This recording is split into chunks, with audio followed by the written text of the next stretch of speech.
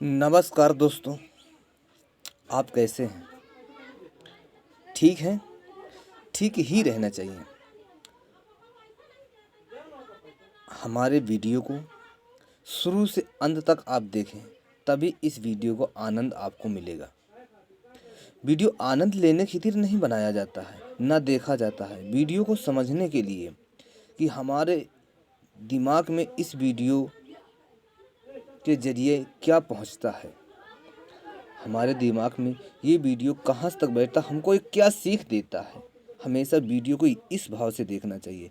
तो कोई भी वीडियो हो देखने तो शुरू से अंत तक देखें, तभी समझ में आएगा, नहीं तो समझ में नहीं आएगा। तो हम आपको अगले वीडियो में जो बताया था, पीछे वाले वीडियो में जो बताया था स्वरों के बारे में कि स्वर क्या होते हैं, स्वर का उच्चारण स्थान क्या है, आज हम आपको इस वीडियो के माध्यम से स्वर और व्यंजन के उच्चारण स्थान के बारे में बताएंगे। व्यंजन के उच्चारण स्थान में, और इनको वर्ग भी कहा जाता है, वर्ग का नाम किस अक्षर पर रखा जाता है, इसके बारे में हम आपको बताएंगे। तो आप देख रहे हैं स्क्रीन पर, ये व्यंजन, ये स्वर है, ये व्यंजन है, ये वर्ग है, ये उच्चारण स्थान है। तो आप देखते हैं कि स्वर आ और आहा, स्वर में क्या लिखा, आ और आहा, इसका उच्चारण स्थान क्या है, ये कंठ है। अकंठ का जो ये दो तो स्वर हो गया। अब व्यंजन क्या है? व्यंजन आप देखते हैं का से अंगा तक लिखा, का खा गा घा अंगा, ये वर्ग जो है का वर्ग के नाम से जाना जाता है। अब कोई भी वर्ग है तो उसके प्रथम वर्ण के नाम से वर्ग का नाम रखा गया है।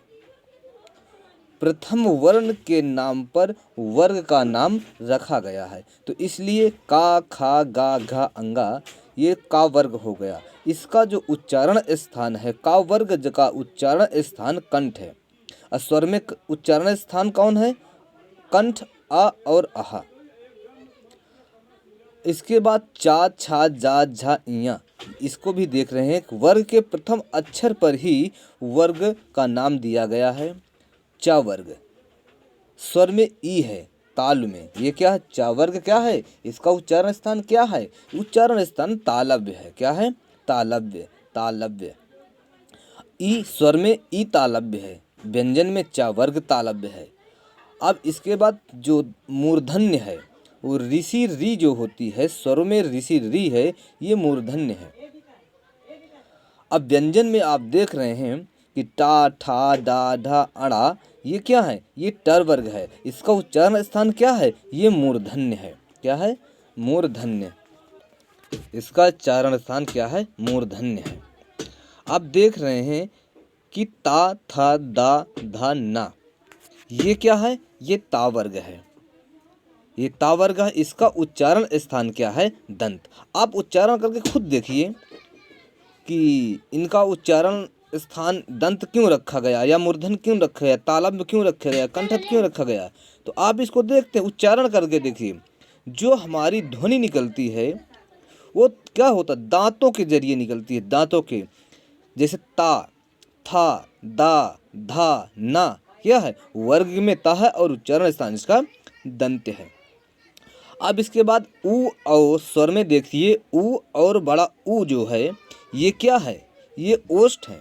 क्योंकि इनको उच्चारण करने में हमको ओष्ठ की आवश्यकता पड़ती है, ओष्ठ की ज़रूरत होती है। ओष्ठ के जरिए ये स्वर निकलते हैं, ऊ और ऊ, इसलिए ये ओष्ठव्य हैं। क्या है? ओष्ठव्य। अब व्यंजन में देखिए, व्यंजन में ओष्ठव्य क्या है? पा, फा, बा, भा, मा, ये सब क्या है? ओष्ठव्य हैं। क्योंकि ये बिना ओष्ठ के जरिए, बिना ओष्ठ के सहारे ये उच्चरित नहीं होते, इसलिए इनको ओष्ठव्य कहा गया है। इसको दोब ओष्ठव्य भी कहा जाता है। क्या? दोब ओष्ठ, क्योंकि दोनों ओठों के जरिए ये उच्चरित होते हैं, पा, फा, बा, भा, मा, इसलिए इनको ओष्ठव्य, लेकिन इसका उच्चारण स्थान ओष्ठव्य, लेकिन वर्ग कौन सा है, ये पा वर्ग है, क्योंकि हमने पहले ही बता दिया कि वर्ग का जो नाम रखा गया है वर्ग के प्रथम वर्ण से ही रखा गया है। अब व और फा, आप देख रहे हैं कि व और फा क्या है, ये दंतोष्ठव्य का है, दंतोष्ठव्य। अब देखते हैं यर लव, आप देख रहे हैं कि या रे ला वो, ये क्या है, ये अंतस्थ स्वर है, क्या है, अंतस्थ व्यंजन है, अंतस्थ व्यंजन है। इसके बाद आप देख रहे हैं कि सा स स ह, सस सह जो होता है ये ऊष्म व्यंजन है, कौन सा व्यंजन, ऊष्म व्यंजन इनको कहते हैं। इसके बाद या और व देख रहे हैं आप, या और व देख रहे हैं, ये अर्ध स्वर है, क्या है, ये अर्ध स्वर है। आप देख रहे हैं छा त्रा ज्ञा और स्रा, स्रा देख रहे हैं ना, ये क्या है, ये संयुक्त अक्षर है।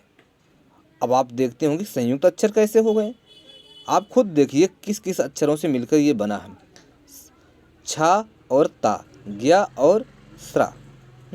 जैसे हमने ता और रा को ले लिया, ता और रा से क्या हो गया, त्रा है, और गा ज्ञा हो गया ना, ज्ञा हो गया, और क्या क्या गा और ए आ से क्या हो गया, ज्ञा हो गया, स्रा सरीठा और रिश रा हो गया, इससे क्या होगा, स्रा हो गया। अब जो अनुनासिक स्वर होते हैं कौन कौन होते हैं, आप देख लिए, स्वर में अंग और अंग जो है क्या होता है, अनुनासिक स्वर होता है। लेकिन अनुनासिक व्यंजन कौन होते हैं, अनुनासिक व्यंजन में पूरे पांचों क्या है ना, पांचों वर्ग के जो हैं, पांचों वर्ग के अंतिम वर्ण जो होते हैं वो क्या होते हैं, अनुनासिक व्यंजन होते हैं। आप देखते हैं, अब देख रहे हैं आप ए और आय, क्या देख रहे हैं, ए और आय, ये क्या है, कंठ और तालव्य है, क्या है, इनका उच्चारण स्थान क्या है, कंठ और तालव्य। अब देख रहे हैं आप ओ देख रहे हैं, ओ और औ लिखे हैं, ये क्या है, कंठ ओष्ठ है, ये दोनों क्या है, ये इनका उच्चारण के स्थान क्या है, कंठ और ओष्ठ। अब देख रहे हैं आप, अब ये देख रहे होंगे, अब पूछा जा सकता है कि आप ये बताइए स्पर्श वर्ण कौन कौन होते हैं। भाई बात आती है भाई, ये तो है, लेकिन स्पर्श वर्ग कौन कौन होते हैं, तो आप देखिए पांचों वर्ग जो हैं ये स्पर्श वर्ग हैं, क्या है, स्पर्श वर्ग और स्पर्श वर्ण भी हैं, मतलब स्पर्श वर्ण है। अब आप गिनती लगा भी सकते हैं कि स्पर्श वर्णों की संख्या कुल कितनी है। आप देखते हैं 5 वर्ग हैं, 5 में 5 5 वर्ण हैं, तो 5 5 वर्ण हो गया तो 25 वर्ण हो गए, हो गए। अब पूछ लिया जाए जैसा दंतोष्ठव्य है, दंतोष्ठव्य वर्ण कौन कौन से हैं, तो आपको बता देना है कि व और फा दंतोष्ठव्य है।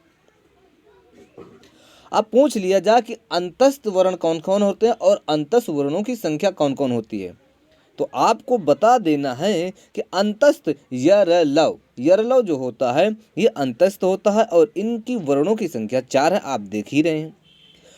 इसके बाद पूछ लिया जाए कि व्यंजनों में ऊष्म व्यंजन कौन कौन से हैं, तो आप देख रहे हैं कि ऊष्म व्यंजन कौन कौन से हैं। ऊष्म में क्या है, सिटकारी सा और खटकोण सा, सरौता सा और हल्हा, ये क्या है, ये ऊष्म है। अगर इसमें ऊष्म में मतलब पूछ लिया कोई भी इस चारों में से एक दे दिया और पूछ लिया कि और अदर को देख दिया तो पूछ लिया कि ऊष्म वर्ण कौन से हैं, तो आपको अगर देख लिया है पढ़ लिया है तो आप तुरंत बता देंगे ऊष्म वर्ण कौन से हैं। अब जो अर्धस्वर, अगर अर्धस्वर के बारे में पूछ लिया जाए कि अर्धस्वर मतलब इतने स्वर हैं, इतने स्वरों में अर्धस्वर कौन सा है, तो अब अर्धस्वर कौन सा है अगर हमने देखा नहीं पढ़ा नहीं तो क्या जानेंगे अर्धस्वर कौन है। तो अर्धस्वर कौन सा हम देख रहे हैं कि या और वा ये क्या है, अर्धस्वर नहीं अर्ध वर्ण है, क्या है, अर्ध व्यंजन है, स्वर नहीं है, ये व्यंजन है, अर्ध व्यंजन है, ये स्वर गलत लिख गया है, क्या है, ये व्यंजन वर्ण है भैया, वर्ण है, अर्ध वर्ण क्या है, या और वा जो अर्ध वर्ण है। इसके बाद संयुक्त अक्षर तो आप देख ही रहे हैं, अनुनासिक व्यंजन स्वर देख ही रहे हैं, अंग है, ये पांचों वर्ग के पांचों वर्ण हैं, ये सब क्या है, व्यंजन है। कंठोष्ठी जान गए, और ये भी जान गए आप वर्ग कौन कौन से, वर्गों के स्पर्श वर्ग कौन कौन से हैं। तो हमने बता चुके हैं कि पांचों वर्ग को हूँ स्पर्श हैं। यरलो अंतस्थ है, सस्य ऊष्म है, यावा अर्धस्वर है, अर्ध व्यंजन है, सा सा छा त्रा ज्ञा और स्रा ये संयुक्त अक्षर है, ये बता दिया।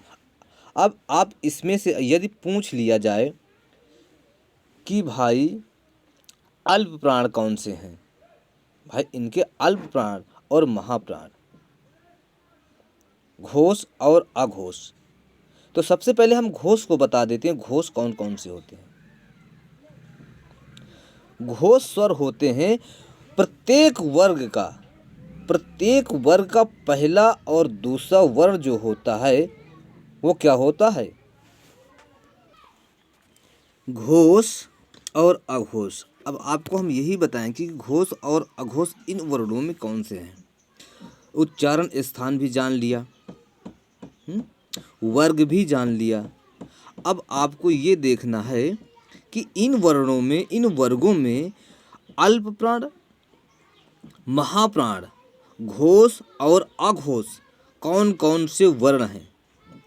आपको देखना है कि सबसे पहले अघोष, अघोष प्रत्येक वर्ग का, किसका, प्रत्येक वर्ग का पहला और दूसरा वर्ण, क्या पहला और दूसरा वर्ण क्या होता है, ये अघोष होता है। क्या होता है, ये अघोष होता है। अघोष, ये क्या होता है, अघोष होता है। कौन कौन, पहला और दूसरा, पहला और दूसरा क्या होता है, अघोष होता है। बाकी प्रत्येक वर्ग के तीनों अक्षर लास्ट वाले, तीनों गा, तीनों अक्षर लास्ट वाले प्रत्येक वर्ग के तीनों अक्षर क्या होते हैं, ये तीनों अक्षर क्या होते हैं, ये घोष होते हैं। क्या होते हैं, घोष होते हैं। ये क्या होते हैं, घोष, ये घोष होते हैं। प्रत्येक वर्ग की बात बता रहे हैं, प्रत्येक वर्ग की।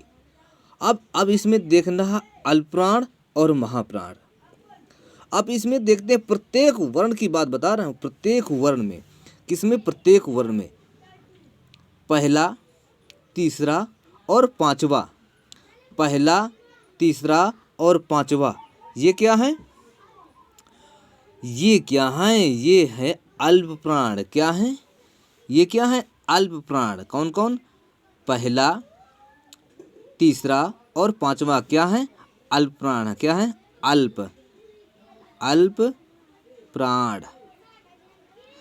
क्या है, अल्प प्राण। आप देख रहे हैं ना, अल्प प्राण कौन कौन, पहला, तीसरा और पांचवा, ये क्या है, अल्प प्राण है। बाकी दो शेष जो बचे हैं, दूसरा और चौथा वर्ण जो होता है वो महाप्राण होता है। क्या होता है, महाप्राण। अब आप ये भी जान गए, एक की बात नहीं कहते, प्रत्येक वर्ण की बात बताएं, प्रत्येक वर्ग की बात बता रहे हैं कि घोष होता है तीसरा, चौथा, पांचवा, ये घोष होता है वर्ग। वर्ण घोष होते, तीनों वर्ण घोष होते हैं। पहला और दूसरा आघोष होता है। पहला वर्ण और दूसरा वर्ण क्या होता, आघोष। प्रत्येक वर्ग की बात बता रहे हैं। इसी प्रकार घोष हो गया।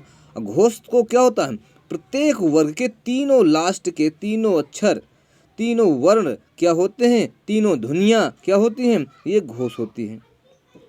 अब अल्प प्राण की भी, अल्प प्राण जो होता है, पहला, तीसरा और पांचवा वर्ग क्या होता है, वर्ण क्या होता है, ये अल्प प्राण होता है। बाकी शेष जो बनते हैं, कौन कौन बचते हैं, दूसरा और चौथा बचता है, ये क्या होता है, ये महाप्राण होते हैं। ठीक है, आपने इस वीडियो में इतना सीखा। मुझे उम्मीद है आपको बहुत कुछ सीख मिल गई है। किसी तरह का पेपर है, आप एग्ज़ाम दे रहे हैं, अगर इस वीडियो को ध्यान से आपने पढ़ा है, ध्यान से सुना है, लिख करके याद कर लो, लिख करके। और तो इसमें विशेषकर ज़्यादा कुछ नहीं है, बस ध्यान देने की बात है। तो इस वीडियो में आपने बहुत कुछ सीखा होगा। मुझे उम्मीद है आपको वीडियो अच्छा लगा होगा, वीडियो को समझ लिया होगा। तो मैं आपको इसमें स्वरों को, व्यंजनों के बारे में जो कुछ बताया आपने बहुत अच्छे से समझ लिया। धन्यवाद। फिर मिलेंगे अगले वीडियो में। धन्यवाद। नमस्कार। जय हिंद, जय भारत।